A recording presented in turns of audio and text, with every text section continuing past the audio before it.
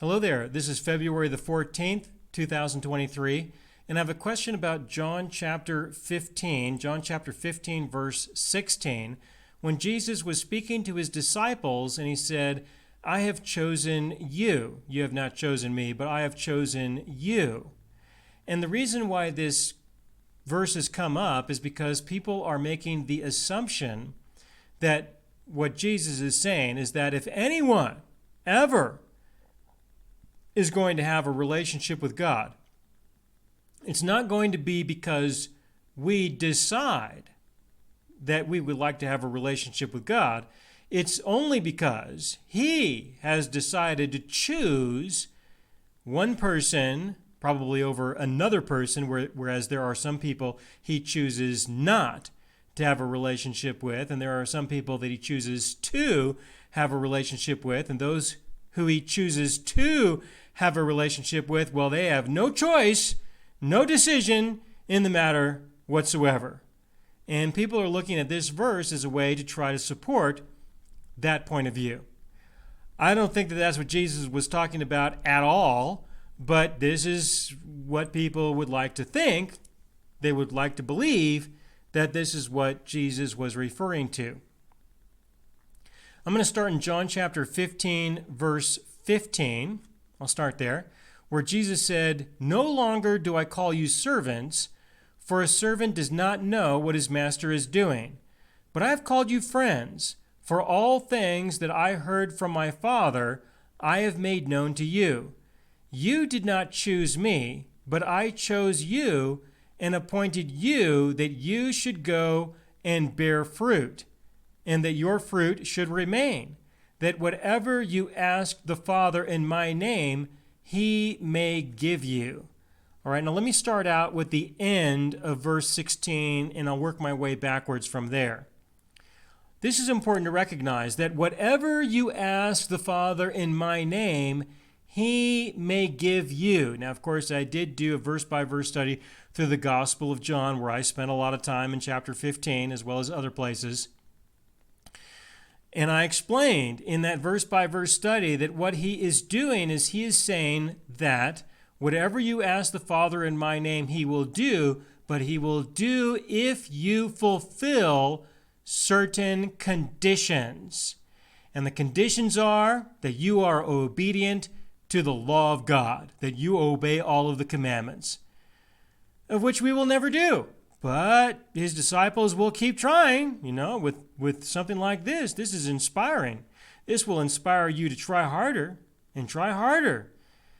And of course, this will hopefully lead a person to the end. If you are sincere enough in this pursuit, you will reach the end of yourself and realize that you have no hope whatsoever of having any relationship with Him at all, outside of His grace and mercy, that is definitely not going to have anything to do with your repentance and obedience. All right, and so at the end of verse 16, that's what He says, and this is what it means. He chose them that whatever they asked the Father He would give, He would do, but He chose them to try and live in obedience to the commandments. He has encouraged them. He has taught them to try and live in obedience to the commandments so that they will eventually come to recognize that this is never going to happen. Okay? That's what they were chosen for. They were chosen to demonstrate that this would never take place. Let me move up a little bit in verse 16.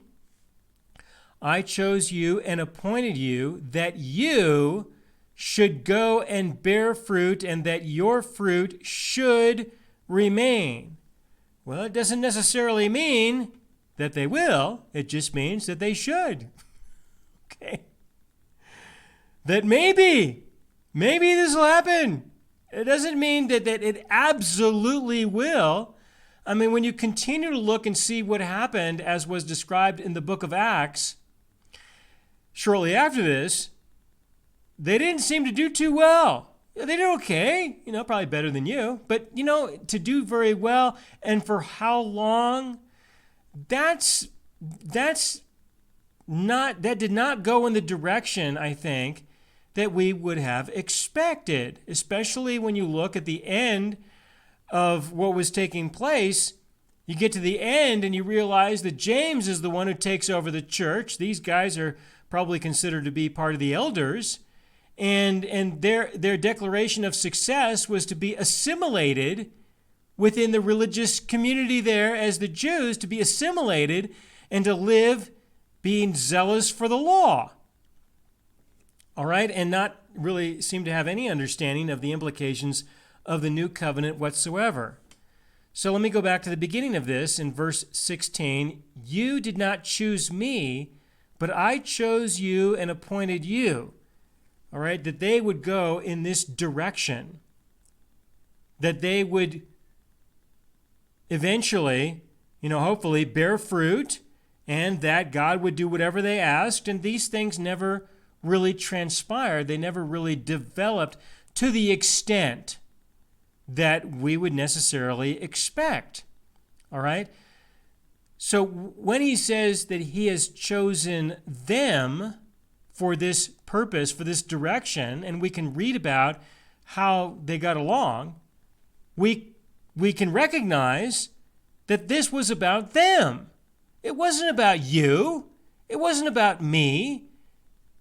It was about these guys. He chose them. Now, it doesn't mean that they couldn't walk away and decide not to do anything. They could. And as I described, it appears that they ended up back under the old covenant.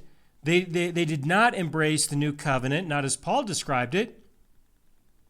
So, he chose them to go in this direction. But it doesn't mean that they're going to go very far, or they're going to go to the point where we would hope or that we would expect. But that's the point, is that he's talking about these guys, that he made a decision that he wanted them to go in this direction. He wanted them to be in his life. And you look at the way that he allowed them to be a part of his ministry. He did choose them. He went to many of them and he said, "Follow me." And they said, "Okay." Do we call them saying, "Okay"? They have chosen Jesus because they said, "Okay." That's not the same thing as making a decision to say, "I really want you to be a part of my life for these purposes." Okay, that was the way that Jesus related to them. They did not necessarily relate to him in a similar way. They just went along, and that doesn't mean that they did not have sincerity. Of course they had sincerity. That's pretty obvious. But he chose them to go in a direction and to be a part of his work. And they were to an extent. But like I said, if you look at the book of Acts and examine the history that describes what happened with these guys, they didn't follow through as well as they could have. All right, so going back into verse 15, "No longer do I call you servants, for a servant does not know what his master is doing, but I have called you friends. For all things that I heard from my Father, I have made known to you."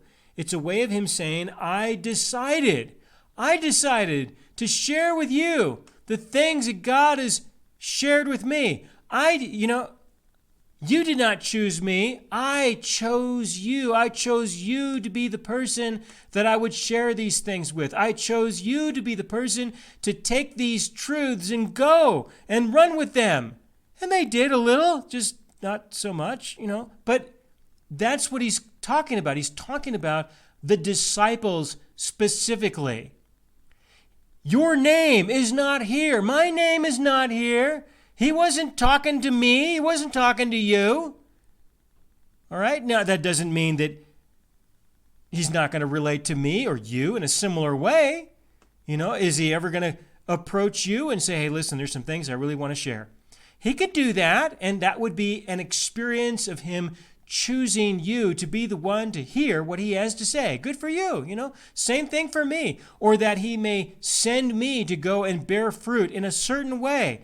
I can go, Or I can decide not to go, but he chose me to go. And I decided not to. There is more that can be said about this verse, these verses here, than to just say, I think that it means this. I want it to mean this. This is what people are doing. They're taking this verse and they're saying that this applies to everybody. Everybody has been chosen in the same way for the same reasons. And I will call that wishful thinking. You just wish that was the case. You would like it to be the case. Maybe you would like to be known as a disciple just like these guys were, that Jesus approached you in the same way that he approached Peter and John and Nathaniel, that you want to be listed as a guy just like those guys. That's really what you're after, and you really don't care about the depth of what he was really communicating here in the context of choosing them. All right, and so I will say that he's not talking about everybody, and he's not saying this in absolute terms to say that they had no choice in the matter. I'm just saying that he decided to approach them, and he decided to reveal these truths to them, and he decided to ask them and send them to go and do certain things, and that this does not automatically mean that he does this with everybody. He's just talking to these guys. All right, that's how I look at John chapter 15, verse 16. I do hope that this is helpful in the context of choice, free will, predestination, that kind of thing is where this verse often comes up at. If you have any other questions for me, do send them to me directly by email to aaron@aaronbudgeon.net. Thanks.